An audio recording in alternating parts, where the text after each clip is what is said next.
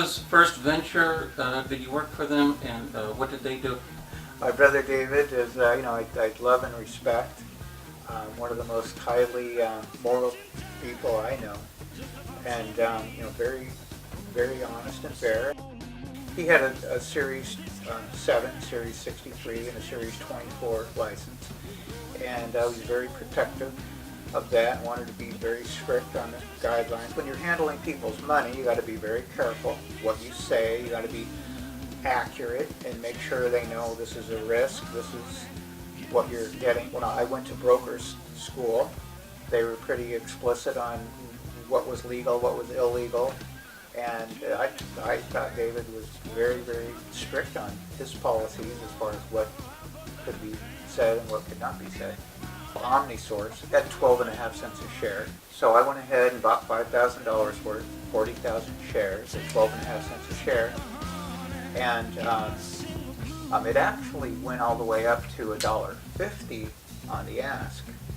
So that same stock that I had bought for 12.5 cents had gone up 10 times, over 10 times in value. But it's okay. So how much would you have made had you held on to it longer? Well, if I had sold it at the peak, I would have made 10 times on my money. And it was a penny stock, of course, wasn't trading on NASDAQ, but there were individual market makers, and I believe it was 27. I remember at one of the meetings where I met Debbie, I believe there was about probably 300 or 400 people there. And I went there, I passed out my business card and mingled with people, made contacts.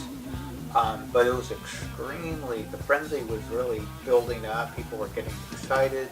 People were making money, people were happy, positive press articles, the news source company was growing and growing, thousands of distributors were joining up, orders were coming in for the products.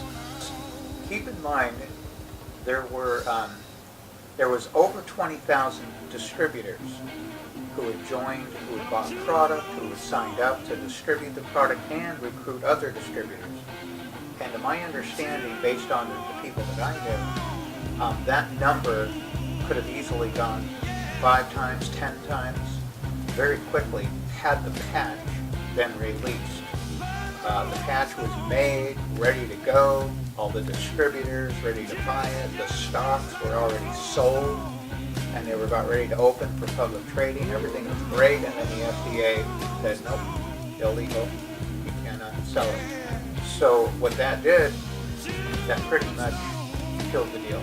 So would you say that new rule that the FDA came out with that made the patch illegal, in one day turned the momentum from totally positive to totally negative, and that was pretty much the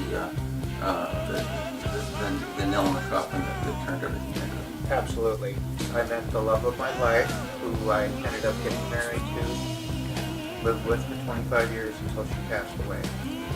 So for me, probably one of the most significant years of my life, turning point, and all in all, I'd say I had the time of my life. I had worked in the corporate offices for several months, and I really liked the people there. I liked all of them. The Stearns, David, Jonathan, Mark, Deborah, Susie Stearns. I really liked them. They all seemed to be good people. The president, even Bob Singerman, and the people, they all seemed to be nice, caring people. The products, they seem to be cutting-edge, life-saving products.